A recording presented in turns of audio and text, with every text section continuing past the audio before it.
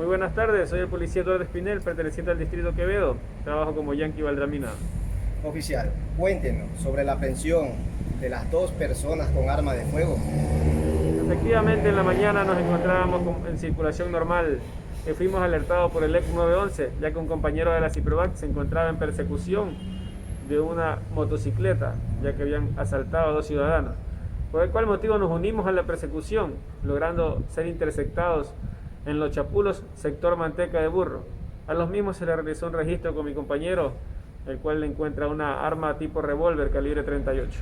Oficial, las dos personas aprehendidas tienen antecedentes penales. Efectivamente, uno de los dos ciudadanos tiene antecedentes por robo.